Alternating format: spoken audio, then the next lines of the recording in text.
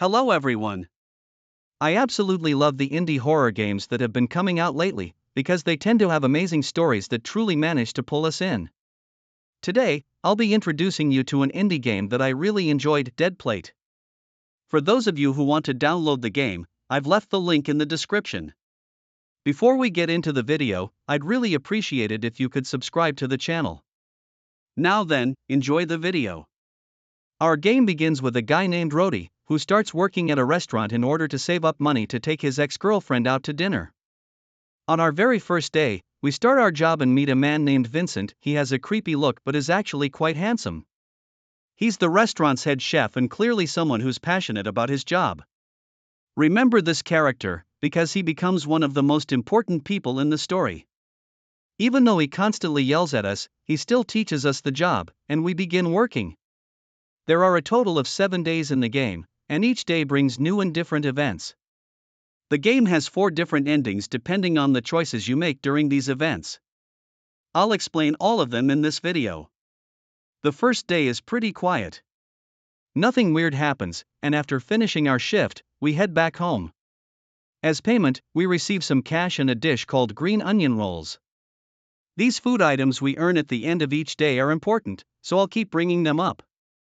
At home, there's not much to do. If we interact with the phone, we can try calling our ex-girlfriend, but she doesn't answer. We assume she simply doesn't want to talk to us anymore. At this point in the game, we also gain access to a shopping feature. In the catalog, we can see helpful items like cologne and a watch that can assist us during shifts, but on the other side, we also notice a box of matches.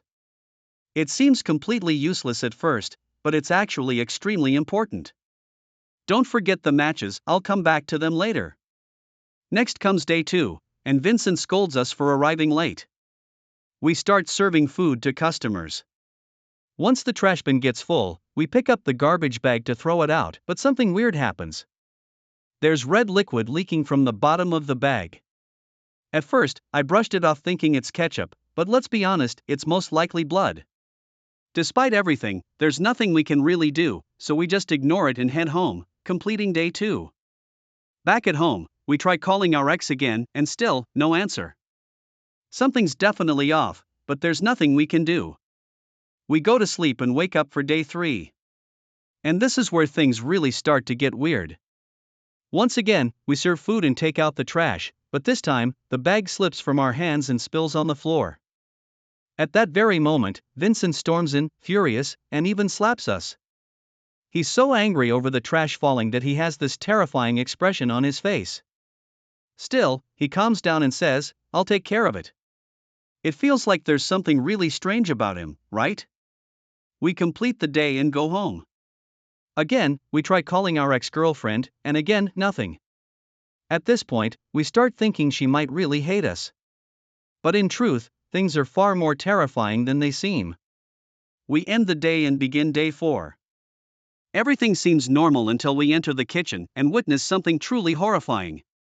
Vincent is yelling at one of the cooks with such rage that he starts pushing the cook's face toward the stove. The poor guy is so scared, he doesn't even react. And we're too afraid of Vincent to do anything about it. Once again, the day ends, and we go home. We try calling our ex, take a wild guess, no answer. We go to bed, and that night, we have a terrifying dream. It feels like someone has wrapped us up like a package and is trying to sell us. By the way, let me just say, these dream sequences are incredibly well done. They're mysterious, disturbing, and extremely engaging. Anyway, we wake up and start day 5, which goes on pretty normally. Just when we think we're having a nice, uneventful day, we find ourselves still at the restaurant by the end of the shift. So, we decide to explore the place a little. If we want, we can steal money from the cash register and head into Vincent's office. Inside, we find an ashtray and some old interviews Vincent gave. But what's really strange is in the trash bin. Inside, we see a photo of Vincent with a woman, and next to it, a bunch of love letters, all signed with the letter M. Still, we don't think too much of it and head home. And, of course, we call our ex again, no answer. We begin day 6, and once again, everything seems normal. Just when we expect something to go wrong, nothing happens. We go home, but the real mystery starts that evening. When we get home, we receive a call from Vincent, inviting us to his house. Curious, we go, and guess what? Vincent invited us just to have us work as a waiter at a party he's hosting. We serve food to a few strange-looking guests and decide to go to the bathroom. On the way, we have the option to enter Vincent's private room. The choice is yours, but if you want to progress properly, you'll need to go in. So we do. We search the drawers and find a key, the one that unlocks the cold storage room. Vincent catches us, but we make up an excuse and move on. That night, we have a nightmare where Vincent is trying to eat us off a plate. Yes, it's disgusting, but it fits the game's disturbing atmosphere. The next day is our final day at work. And this time, we have to make a decision: do we enter the cold storage room or not? Let's go through the outcomes. First, we choose not to enter. We complete the day as usual and head to a phone booth to call our ex-girlfriend. She doesn't answer the first time. Or the second. We call again and again, until we finally come to terms with the truth. That gives us the first ending. Now let's rewind to day 7 and choose to enter the cold storage room. What we find inside is horrifying. There's a necklace that belonged to our ex. Just then, Vincent sneaks up on us and knocks us out. We wake up tied up with ropes. Remember the matches I mentioned earlier? We now have two options. If we took the matches, we can burn the ropes and escape. If we didn't, we can't escape, and Vincent makes us his next victim. That's the second ending. Now, let's continue with the version where we have the matches. We burn the ropes and begin investigating the room. We cut some bones from the meat, place bags of flour on the floor to climb up, and jam the bones into the ceiling fans to break them. After that, we're able to break a window, turn the doorknob, and escape the room. Outside, we see a dish waiting to be served, probably meant for us. Just as we look at it, Vincent comes out of his office and starts chasing us. Even though this is a pixelated game, this part is genuinely terrifying. He jumps on us, and the game tells us to press the Z key. If we don't press it in time, he kills us, and we become another victim. This is the third ending.